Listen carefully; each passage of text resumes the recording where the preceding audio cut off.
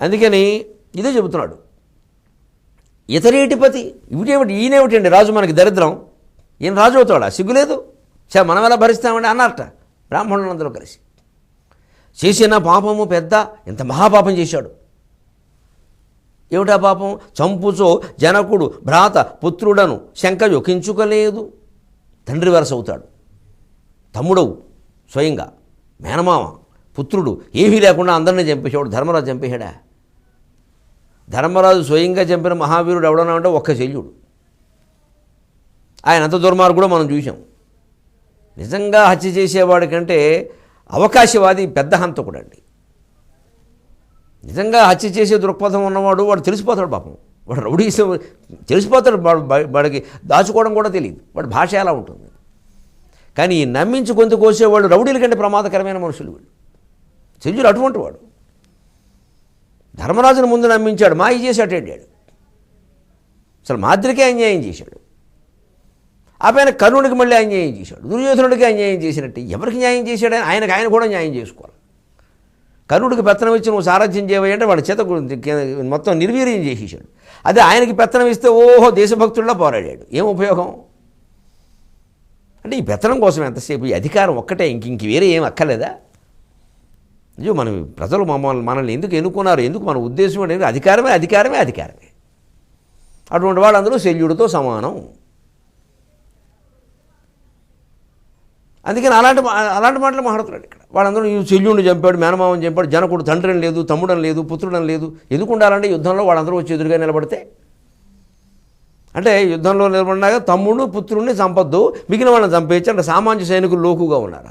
ఆ భేద బుద్ధే వద్దని చెప్పాడు పరమాత్మ. అందుకే భగవద్గీత జాతీయ గ్రంథం, అంతర్జాతీయ గ్రంథం. ఒకడు ప్రకటించేది ఏమిటి? ప్రపంచమే ప్రకటించింది. ఇంకా ఊరికే ప్రకటించడం అనేది ఏమిటంటే చట్టపరంగా ఓ ముద్ర వేయడమే. దానికి కూడా అభ్యంతరం చెబుతామంటే ఎంత అజ్ఞానమో అర్థమవుతుంది. భగవద్గీత జాతీయ గ్రంథాన్ని గురించి లెక్కలు అనవసరం. అనేక దేశాల్లో వాళ్ళ అది మత గ్రంథమే అయినా జాతీయ గ్రంథమే, నేను మొహమాటం లేకుండా చెబుతాను. అది మత గ్రంథమే కానివ్వండి, ఏం అభ్యంతరంలా, అడ్డంగా వాదిద్దాం. అది మత గ్రంథమే అయినా జాతీయ గ్రంథమే. ఏ మతం ఎక్కువ అండి? ఈ ప్రపంచంలో ఏ దేశంలో ఉన్నా ప్రజాస్వామ్యం ఉంటే ఎక్కువ వాళ్ళ మాటకు విలువిస్తారే. 100 కోట్ల మాటకు విలువరా? జాతీయ గ్రంథమే. ప్రకటిస్తే ప్రకటించిన వాళ్ళు అదృష్టం, ప్రకటించకపోయినా మా గ్రంథం మా గ్రంథమే. చాలా ఏమి మొహమాటం లేకుండా, బంధుప్రీతి పక్షపాతానికి అవకాశం లేకుండా అర్జున ఆచార్యాన్ మాతులాను భ్రాతృను పితృను పౌత్రాం తథైవచ అంటే ఏమిటాయా అంటే, నీ గురువు గారు అయితే, నీ మేనమావ అయితే, మీ అబ్బాయి అయితే చంపవు అనమాట. సామాన్య సైనికులు అయితే ఓచకోత కోసేస్తామే, వాళ్ళు లోకుగా ఉన్నారా? ఇది కుష్ఠుడి మాట. ఇలా మాట్లాడిన దేవుణ్ణి చూపించండి ప్రపంచం మొత్తం మీద, ఎటువంటి భేదభావము లేకుండా సమస్త జీవరాశి ఒకటేగా.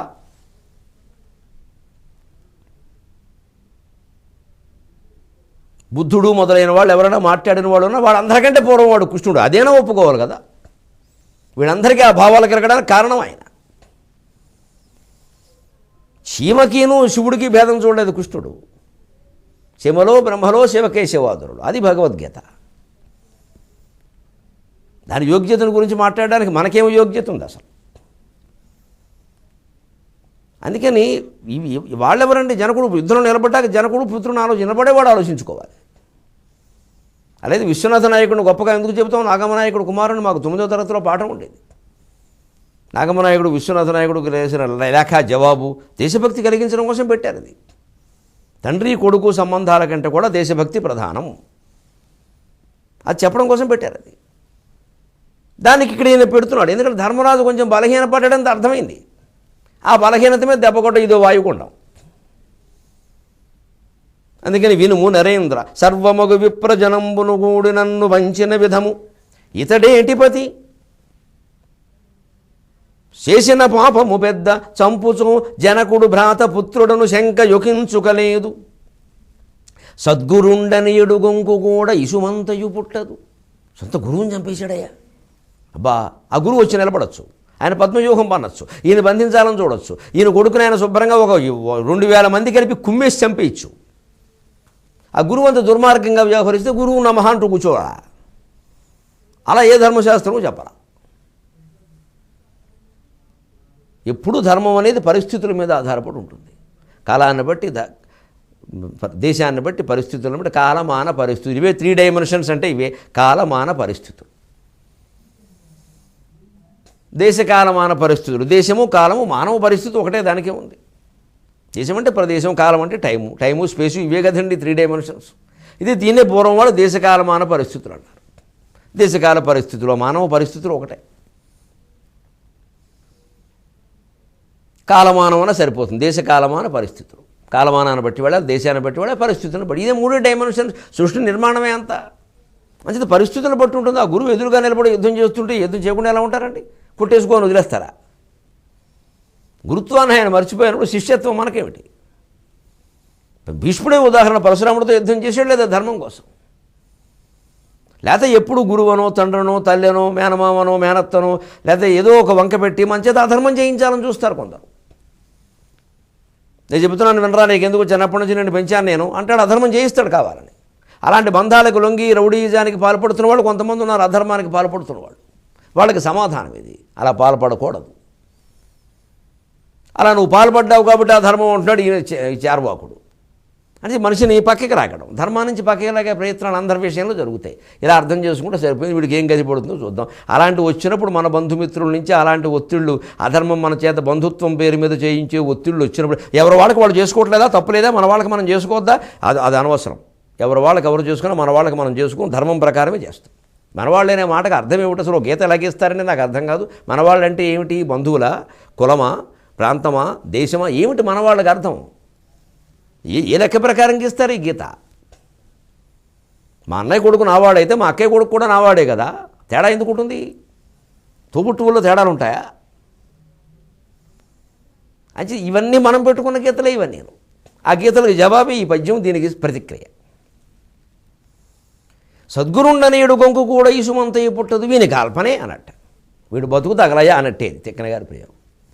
అసలే కొంచెం బలహీనతలో ఉండి భయపడుతూ, బాధపడుతూ, జంకుతూ, గొంకుతూ, తక్కుతూ, తారుతూ నెమ్మదిగా వచ్చాడేమో. ఇది పట్టేసింది. వెంటనే మన్నించండి,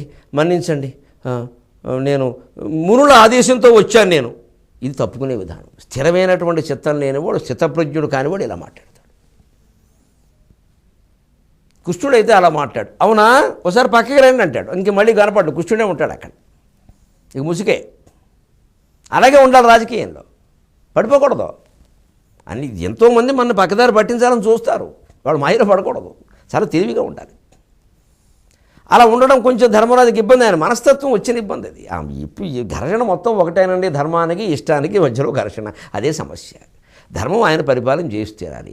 ఆయన ఇష్టం ఎలా ఉందంటే ఏదో తప్పు చేశాననే భావంలో ఉన్నాడు. ఆయనకు పరిపాలించడం ఇష్టం లేదు. సమస్య అది. అటువంటిప్పుడు ఇలాంటి శక్తులన్నీ పనిచేస్తాయి. మనకి బళ్ళో కండం ఇష్టం లేదనుకోండి చిన్నపిల్లాడికి, వాడు కొంచెం మబ్బడితే అమ్మ వానొచ్చేలా ఉంది తడిసిపోతాడు, అంత ఏం లేదు అక్కడ.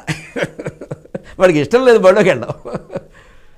అదే వాడికి ఏదో ఆవేళ ఏదో పండగ ఉండి చాక్లెట్లు పంచుతారు. ఇంకా ముఖ్యంగా కాలేజీకి వెళ్ళే అబ్బాయి గర్ల్ ఫ్రెండ్ కూడా అక్కడ ఉందనుకో, వాన తుఫాను వచ్చినా కూడా అయ్యి బాబోయ్ ఈవేళ ఎక్స్ట్రా క్లాస్ కొంపలు అంటూ ఏమి లేదు ఎక్స్ట్రా క్లాస్, ఫ్రెండ్ మెసేజ్ తప్ప, SMS సంక్షిప్త మధుర సందేశం. ఈ తెలియదు చూడాలా మనం. అంతా మన ఇష్టాన్ని బట్టి ఉంటుంది. అందుకని కాస్త బలహీనత్వం ఉన్నాడేమో, వెంటనే లొంగిపోయి మన్నించండి నేను విప్రుల ఆదేశంతో, మునుల ఆదేశంతో వచ్చాను.